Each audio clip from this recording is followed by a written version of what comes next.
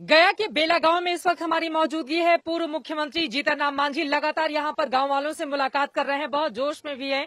7 सीटों पर आप चुनावी मैदान में हैं, कितने पर फतह पाएंगे इस बार? देखिए, सीट का फोरकास्टिंग हम नहीं कर सकते हैं। हम कर सकते हैं कि नरेंद्र मोदी जी और नीतीश कुमार बिहार को, नरेंद्र मोदी हिंदुस्तान को जिस प्रकार से संभालने का काम किया है, हम 40 वर्ष से राजनीति में हैं, इतना अच्छा से कभी राज्य और देश नहीं चला था। और नीतीश कुमार का खास करके जो 7 निश्चय था पार्ट 1, जिसमें बिजली देना, रोड देना, स्वास्थ्य व्यवस्था करना, उन्होंने ठीक किया। अभी जैसे इन लोगों से हम पूछ रहे थे, यहाँ बेला गांव है, एक बेला डैम की आवश्यकता है, वही इन लोगों को समझा रहे थे कि 7 सड़क कब बनवाइएगा? इतने अंदर हम आए हैं, बिल्कुल रास्ता ही नहीं है। ये बात सही है। ये रानीगंज बहुत पुराना शहर है और सिरघाटी से लोग आते जाते हैं। इसके लिए डीपीआर वगैरह बन के तैयार है। ये कोरोना का मामला आया है और फिर इधर चुनाव आ गया है, इसलिए जैसे ही चुनाव खत्म होता है हम समझते हैं इसमें काम लगेगा, बनेगा। मुद्दा इस बार क्या नजर आ रहा है आपको? क्या जनता के बीच आप जा रहे हैं, क्या सोच के जनता वोट करेगी? देखिए, जनता विकास चाह रही है, जनता विकास चाह रही है, बहुत विकास हुआ है। जानते हैं, जो खाता है उसी को ज्यादा भूख लगती है, जो भूखा है उसको बेचारा को नहीं लगता है। तो नीतीश कुमार जी ने इन लोगों को रसास्वादन करा दिया है विकास का, इसीलिए सब लोग विकास चाह रहे हैं। और खास करके अब जब 7 निश्चय 2 में जब सिंचाई व्यवस्था प्रबंध करने का उन्होंने ऐलान किया है, उसी की चर्चा गांव में भी कर रहे हैं कि हमारे खेतों में पानी होना चाहिए। और उसी पर हम लोग इनको समझा रहे हैं कि 7 निश्चय 2 में हम लोग हर खेत को पानी पहुंचाएंगे, चाहे पैन के माध्यम से हो, नहर के माध्यम से हो, डैम के माध्यम से हो। और ऐसे ऐसे गांव में घूमने के बाद हम लोग सब समस्याओं से रूबरू हो रहे हैं। एक चीज आपको बताना चाहते हैं, 2015 में हम चुनाव यहाँ से लड़े नहीं, हमको लड़ाया गया था। इसलिए लड़ाया गया था कि इसके कबल जो यहाँ के विधायक थे, आपस में लोगों को लड़ाना, केस मुकदमा में फंसाना, और यहाँ तक कि एक्सट्रीमिस्ट एक्टिविटीज को भी उन्होंने प्रमोट किया था। कोई चैन से सोता नहीं था। और हमको लोग इसीलिए कहा था कि आप उसको हरा सकते हैं, क्योंकि वो विधायक जी स्पीकर रहे हैं तो आप मुख्यमंत्री रहे हैं। और इन लोगों की बात आप जानिएगा, मात्र 3 दिन हम इस क्षेत्र में रहे थे, हेलीकॉप्टर से आए थे। एक दिन डुमरिया में, एक दिन इमामगंज में, एक दिन बांके बाजार, और 30,000 वोट से जिताया था। हमको इस कारण से यहाँ की सारी समस्याओं से हम रूबरू नहीं हुए थे, सिर्फ एक समस्या की शांति देना। आज किसी से पूछ लीजिए, सुख की पूरे इलाके में, पूरा इलाका में सब। अच्छा, ये बताइए, लेकिन महादलित वोटों को लेकर बहुत बंटवारा हो गया है। एक तरफ चिराग पासवान है, एक तरफ आप हैं, तो नेता कौन है महादलितों का? इसकी लड़ाई अब चल रही है बिहार में। देखिए, ये सब आप लोगों की उपज है, आप लोगों की उपज है। नेता कोई हम कह देंगे कि हम बड़ा नेता हैं तो नेता नहीं हो जाएंगे। फॉलोअर्स कितने होते हैं, कितना परसेंटेज कौन वोट लेता है, और किस समाज से कोई अटैच है, उस पर निर्भर करता है। चिराग पासवान कहाँ खड़े हैं फिर इस समय? अभी चिराग पासवान मेरे समझ से उनके जो जमीन है, पैर की धरती है, वो खिसक गई है। और यही कारण कभी नीतीश कुमार को गाली देते हैं, कभी नरेंद्र मोदी जी को बड़ाई करते हैं, जो कि नहीं चलने वाला है। और यही कारण है कि अमित शाह से लेकर के जितने भी भाजपा के नेता हैं, ये कह चुके हैं कि चिराग पासवान से हमको कोई मतलब नहीं है, हम विकास चाहते हैं, शांति चाहते हैं, और जो लोग ऐसा चाहते हैं हमको वोट देंगे। और हम धन्यवाद देते हैं जनता को, बिहार की जनता को, कि सब लोग नीतीश कुमार के विकास और खास करके नरेंद्र मोदी जी के दृढ़ और मजबूत नेतृत्व के चलते सब मुखातिब हैं। लेकिन चिराग अगर एनडीए का हिस्सा होते तो फायदा नहीं होता फिर आप लोगों को? देखिए, ये बहुत बड़ी बात है। इस बात को कहने के लिए यहाँ मौजूद नहीं है। इसमें हम जो शेड्यूल कास्ट के लोग हैं, हमारे सामने 3-4 मुद्दा है जो अहम है। सबसे पहले है कि न्यायपालिका में आरक्षण होना चाहिए, उसके बाद है निजी क्षेत्रों में आरक्षण होना चाहिए, कॉमन स्कूलिंग सिस्टम होना चाहिए, प्रमोशन में आरक्षण होना चाहिए। ये सारे मुद्दा, आज तो रामविलास पासवान जी दुनिया से चले गए, हम बड़े भाई के रूप में उनको मानते थे। भाई का जहां तक व्यक्तिगत सवाल था, हम लोगों में कोई कहीं दिक्कत नहीं, लेकिन जब सैद्धांतिक रूप में और क्षेत्र में काम करने के दृष्टिकोण से होता था तो इन मुद्दा पर हम उनको कहते थे। Schedule caste, schedule tribe atrocity act को जब सुप्रीम कोर्ट ने संशोधन दिया तो हम लोग रोड पर थे, तो उस समय उन्होंने साथ नहीं दिया। ये तो धन्यवाद देते हैं नरेंद्र मोदी जी को कि समूचे हिंदुस्तान की जनता के बात को समझते हुए पार्लियामेंट में यथावत उसको रखने का काम किया। लेकिन जिस प्रकार से गैर शेड्यूल कास्ट को, गैर आरक्षित वर्ग के लिए आरक्षण दिया गया, संविधान में संशोधन किया गया और संविधान के 9वीं सूची में डाला गया, वही मांग हम लोगों की था कि schedule caste, schedule tribes atrocity act को संविधान की 9वीं सूची में डालना चाहिए। इसके लिए मानवर ने कभी ध्यान नहीं नहीं उठाया। तो मेरा कहने का मतलब कदावर नेता हो सकते हैं, लेकिन शेड्यूल कास्ट का जो मुद्दा था उस पर उन्होंने कभी दृढ़ता नहीं दिखाई। कह रहे हैं चिराग पासवान कि हम मुख्यमंत्री बन गए, हमारी सरकार अगर आ गई तो 7 निश्चय जो रहे हैं नीतीश कुमार के, भ्रष्टाचार जो उसमें हुआ है उसकी वो जांच करवाएंगे। हम कहते हैं कोई भी, वो तो उनका दिवा स्वप्न है, कोई भी गलत काम क्यों न हो तो उसकी जांच तो होनी ही चाहिए अगर हुआ है तो। लेकिन ऐसी किसी को कह देंगे कि वो गलत काम हुआ है तो ऐसा तो नहीं हुआ। अभी आप देख रहे होंगे 7 निश्चय में देख रहे हैं टावर बना हुआ है, आप देख रहे हैं रोड बनी हुई है, आप देखते हैं बिजली 24 घंटा में कम से कम 22 घंटा बिजली मिलती है। तो हर काम ये सोशल थॉट्स है। लेकिन मुख्यमंत्री जी जब ये कहते हैं कि हम समंदर के किनारे नहीं है, इस वजह से विकास कम हो गया है, उद्योग धंधे यहाँ पर नहीं लग पाए, तो ये भी तो सवाल है ना, क्या इस तरह की बातें कह के जनता के बीच अपनी जगह बना पाएंगे? वो भी एक फैक्टर है। जो बात बोल रहे हैं नीतीश कुमार बहुत हल्का काम बात नहीं बोलते हैं, वो सोच समझ के बात। ये हरियाणा है, पंजाब है, उत्तर प्रदेश है, हर जगह क्या समंदर है? वो समंदर नहीं है, लेकिन एग्रो बेस्ड है, इंडस्ट्री हुई है वहाँ पर। यहाँ पर उसका वातावरण, इनके 15 वर्ष पहले जो रह रहे थे वो क्या किए? एक ईंट बनता है, नींव पड़ता है, तब मकान ऊपर उठता है। तो उसी प्रकार से 15 वर्ष पहले उन्होंने तो नींव डाला ही नहीं। ये राज्य को किस प्रकार से दिया हम लोग सब जानते हैं, क्योंकि हम 80 से विधायक मंत्री रहे हैं। तो उसको बनाने में, संभालने में नीतीश जी को इतना समय लगेगा, और इसीलिए हम लोग कहते हैं एक टर्म और दे दीजिए। देखिए नीतीश कुमार बिहार को कहाँ ले जाते हैं। 10 लाख रोजगार देने का वादा आरजेडी की ओर से किया गया है, और कल मेरी तेजस्वी यादव से बात हो गई, वो तो बड़े आत्मविश्वास से लबरेज नजर आ रहे हैं कि हमारी ही सरकार बनेगी। उनकी सरकार बनेगी कि नहीं बनेगी ये जनता पर निर्भर है, और हम नहीं समझते कि यहाँ की जनता इतना कमजोर दिमाग का है कि उनके नेतृत्व में बनाएंगे सरकार। उनको क्या अनुभव है? उनके पिताजी जब रह गए 15 साल, उनकी माता श्री रही 15 साल, तो बिहार का क्या विकास किए? और रही बात जो 10 लाख नौकरी की बात करते हैं, जब पूछते हैं तो हम तो यही कहते हैं कि वो एकदम फार्स है, अव्यवहारिक है। कैसे? आज हमारा बजट है बिहार का 2.25 लाख करोड़ का, और जब 10 लाख लोगों को नौकरी देंगे तो, और 4.5 लाख लोगों को नौकरी जो लगा हुआ है, सो सब मिला करके 1,17,000 करोड़ रुपया खर्च होता है। तो 2.25 लाख बजट में 1,17,000 करोड़ सिर्फ जाएगा वेतन में, तो बिहार का विकास क्या होगा? एक चीज। दूसरी चीज, कहाँ है सरकारी नौकरी? जो कहते हैं कि सरकारी नौकरी देंगे, सरकारी नौकरियों की संख्या सीमित है। अब 10-15 लाख यहाँ है क्या? तो ये कहेगा वही जिसको कि इसकी जानकारी नहीं है, और यही जानकारी नहीं है, इस आधार पर तेजस्वी वैसा। अभी बीजेपी का घोषणा पत्र जारी हुआ है, 19 लाख रोजगार का वादा बीजेपी ने कर दिया। तो अगर 10 लाख तेजस्वी नहीं दे पाएंगे तो 19 लाख फिर बीजेपी कहाँ से देगी? अब आप ही के शब्दों में बताइए। नहीं, आप इसको समझिए। नीतीश कुमार, ये बीजेपी ने कहा हो या नीतीश कुमार ने कहा है, रोजगार और नौकरी, इस चीज को समझिए। रोजगार देना अलग बात है, नौकरी देना अलग बात है। और नौकरी में सरकारी नौकरी, वो कहते हैं सरकारी नौकरी। अब आप घुमा रहे हैं, देखिए अब आप बातों के धनी है, घुमा रहे हैं। आप घुमा रहे हैं इस चीज को, लोगों को बरगला रहे हैं। हमारा कहना है रोजगार है। तेजस्वी का रोजगार कुछ और बीजेपी का रोजगार कुछ और, ये मतलब गजब।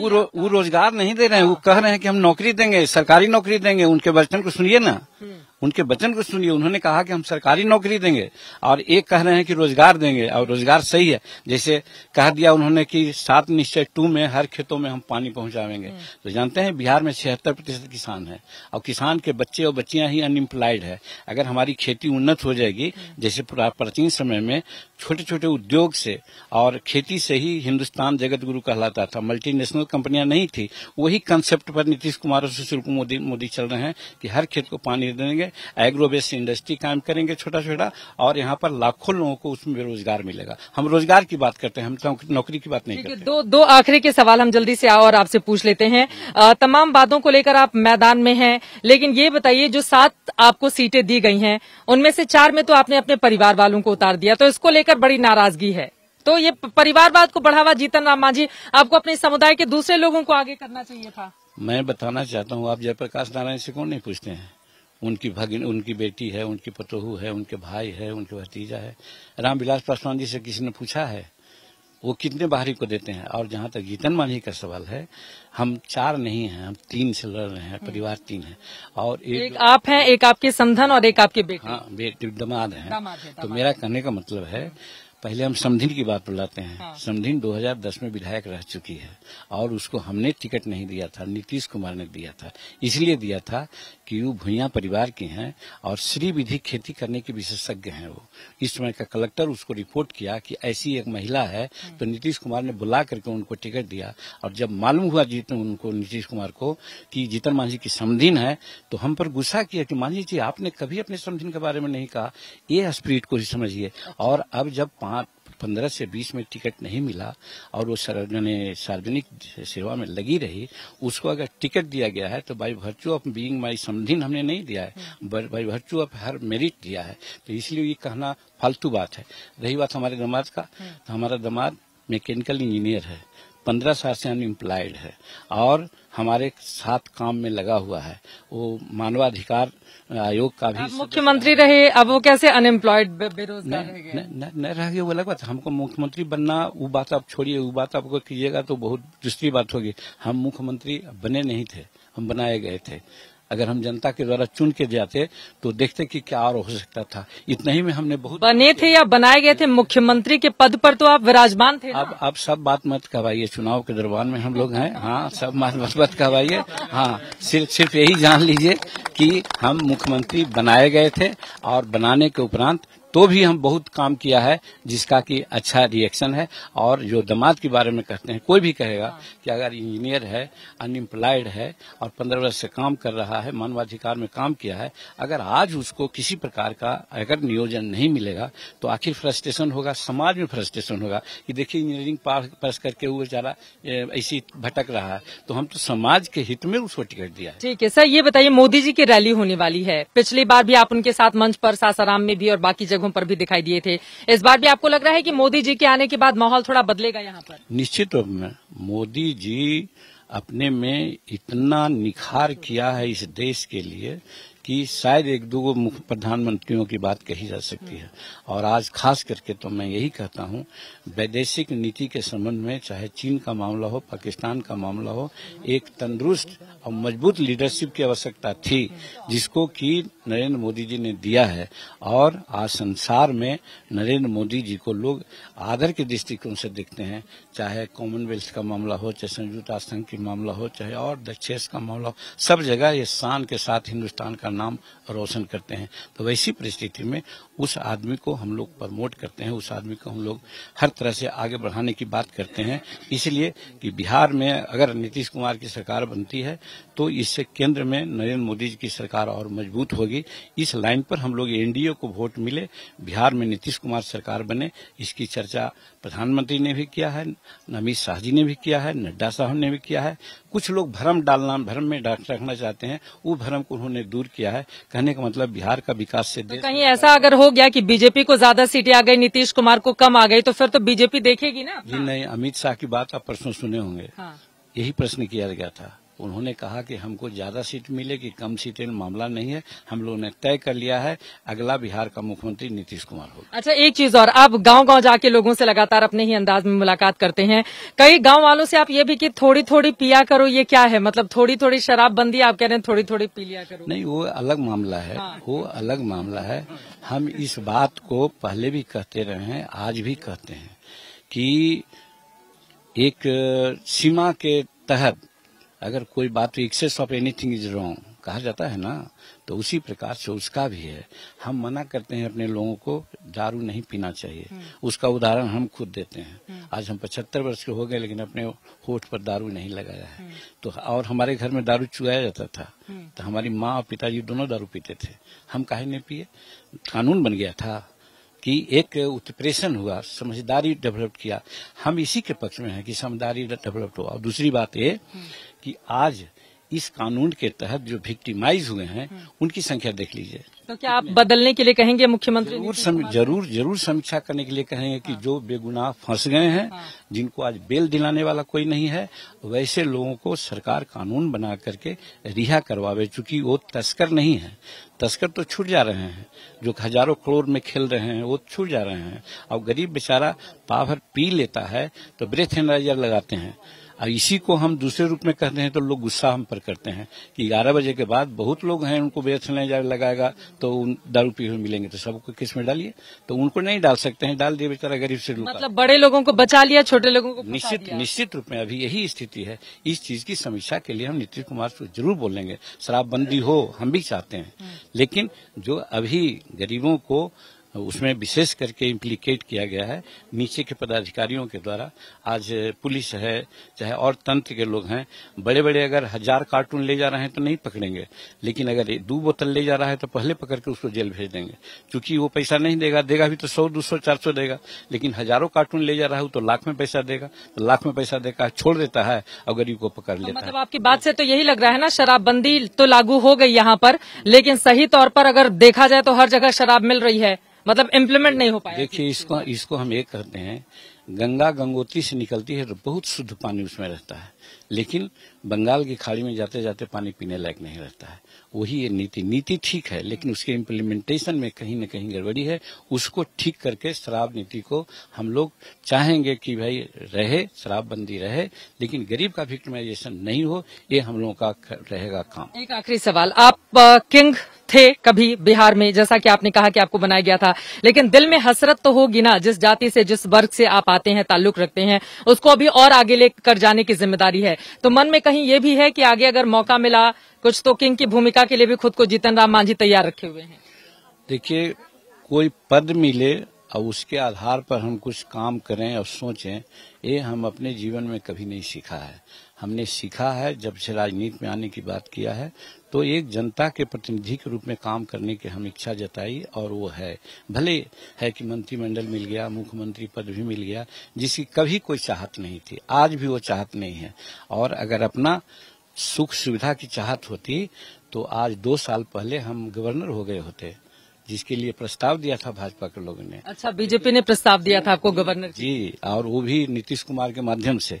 तो हमने कहा कि हम गवर्नरशिप में नहीं जाने। जब आपको मुख्यमंत्री पद से हटाया गया था उस समय आपको गवर्नर? अच्छा जी, और हम नहीं गए तो आज सत्यदेव नारायण आर्य जो राजगीर वाले हैं वही आज राज्यपाल बने हुए हैं। तो हमारा कहना है, हम जनता के बीच में रहना चाहते हैं, जनता के क्या कहते हैं समस्याओं से रूबरू होकर के आगे बढ़ाने का हमारी लालसा होती है।